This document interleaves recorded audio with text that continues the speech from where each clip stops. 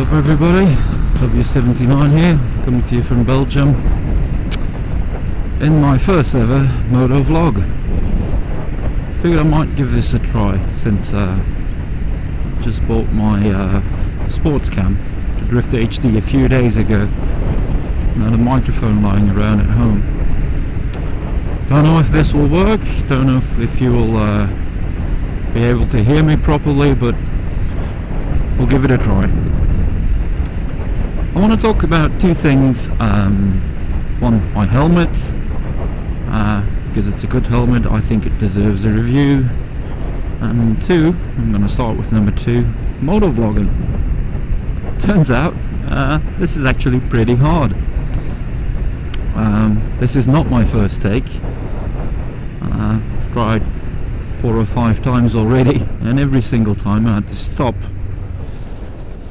Not because of a red light, no, I had to stop talking because I had to concentrate on something that was happening in front of me. Turns out, talking coherently and riding a motorcycle are two things that require a lot of your attention.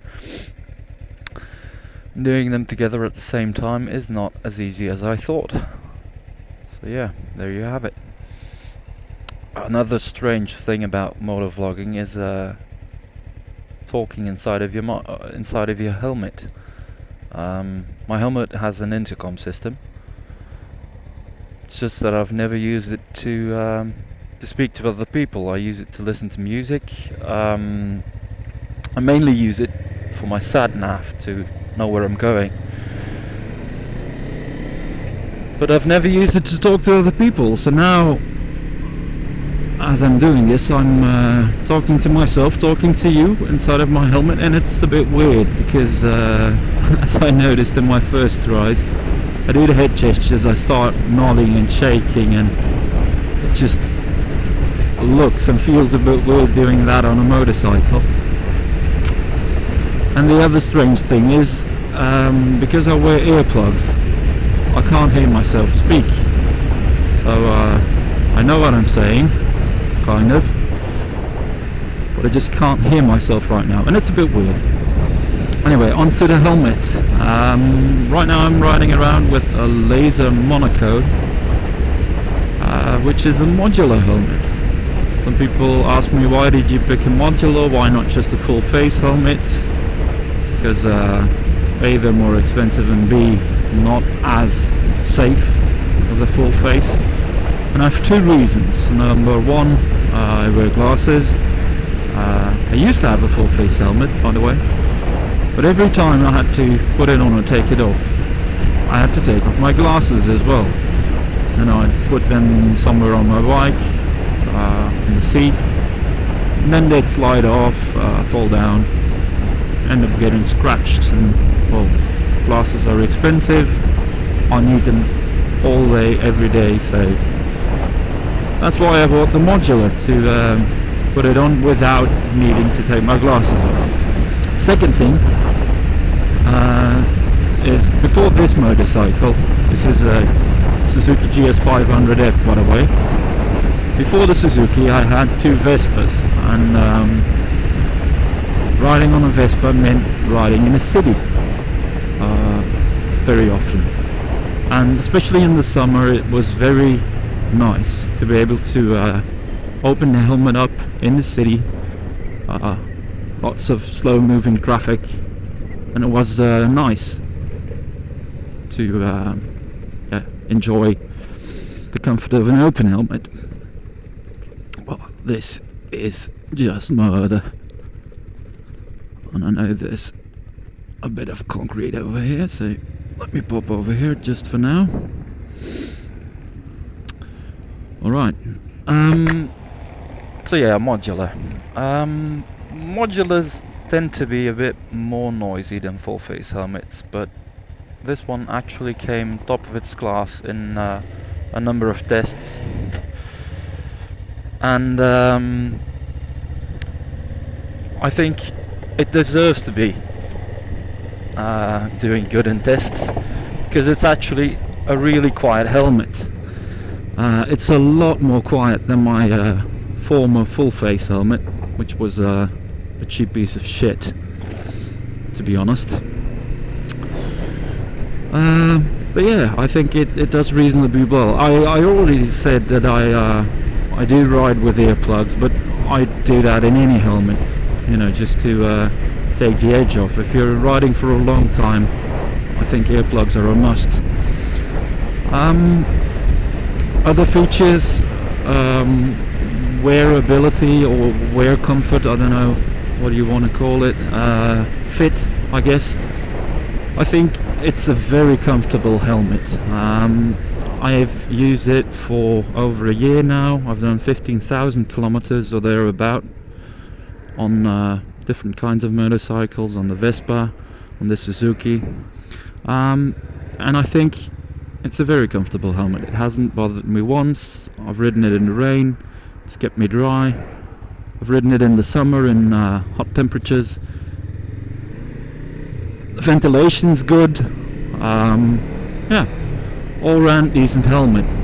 Now the thing I like most about this Monaco is the visor. It comes with a pin lock insert, standard, which is good of course for fogging or anti-fogging. But the main reason why I'm so excited with this visor is because it's a photochromatic visor.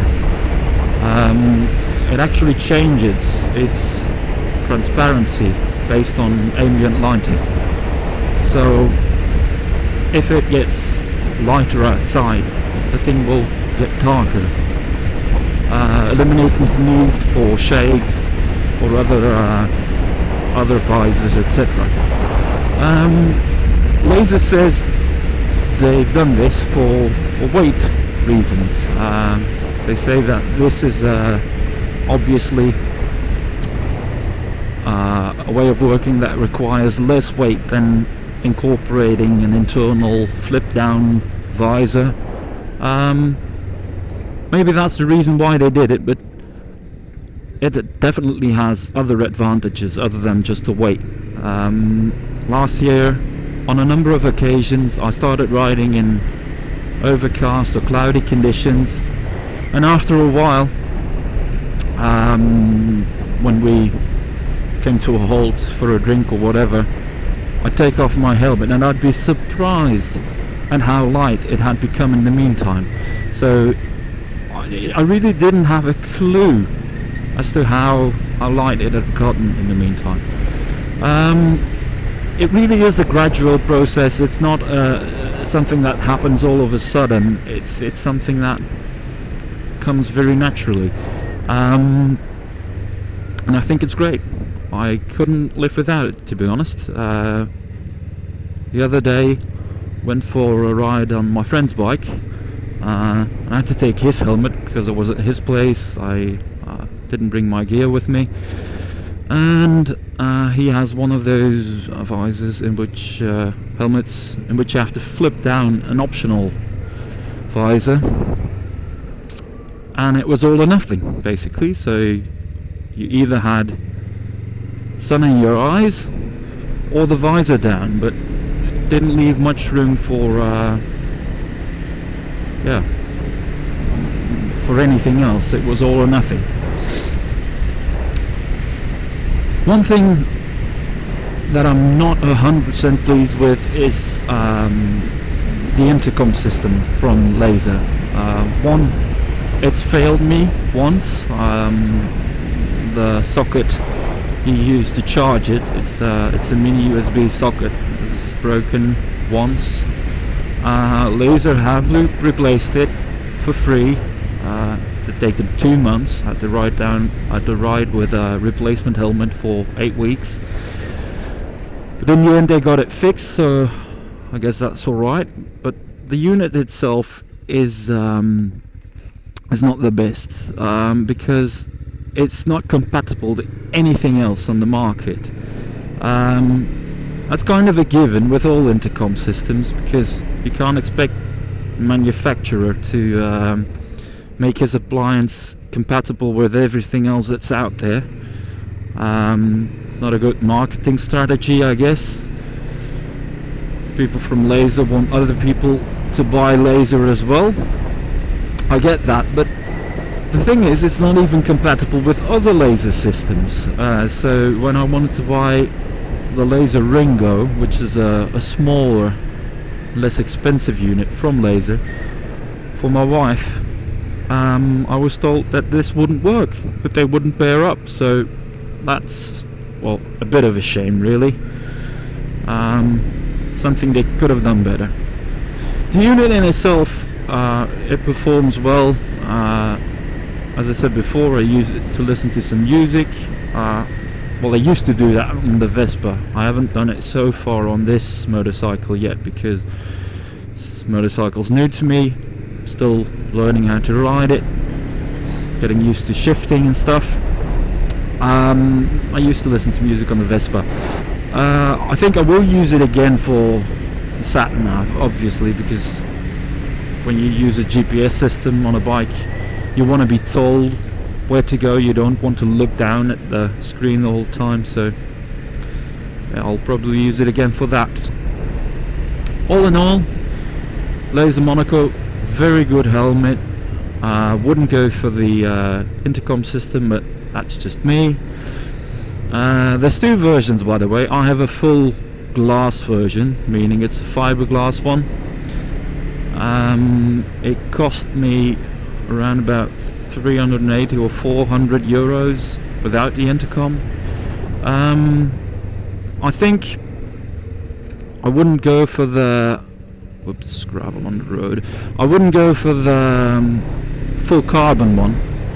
It's 100 euros more and it only weighs 100 grams less. So if you ride every day, well, I ride every day, but if you ride every day for a long period of time, maybe the extra 100 euros is worth it for you, but it wasn't for me. The difference between 1300 grams or 1400 grams really was not enough for me. So anyway, that was my review of the Lazer Monaco helmet and my first thoughts on video vlogging, moto vlogging. I hope you enjoyed. I hope you could understand me, to be honest. And maybe you'll hear me soon. Goodbye.